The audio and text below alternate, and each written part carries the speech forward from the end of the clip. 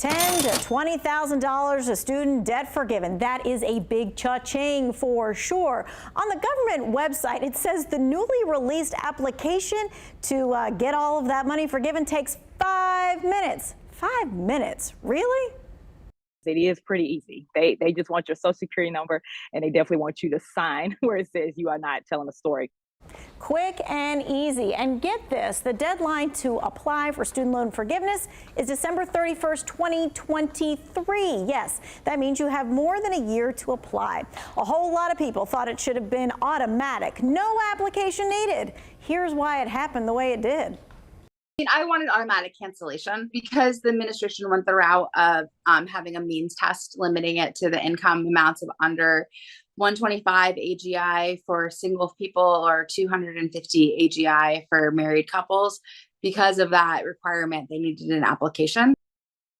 So the student loan forgiveness for singles making under $125,000 or married couples making under $250,000. These are all the rates right here. Experts say don't think you don't qualify.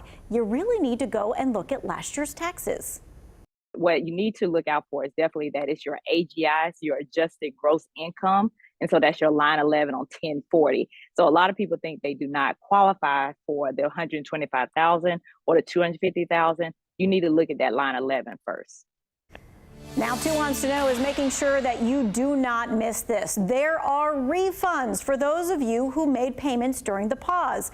If you're eligible for $10,000 in debt relief and you now owe, let's say, $9,500 in debt, but you paid $1,000 on your loan during the payment pause, you might think, gosh, I should have not paid that extra $500 because I missed out. No, the government is automatically going to refund you that money. So you're getting the full benefit. How are you going to get that money back? Well, we're waiting on details on just how that's going to work.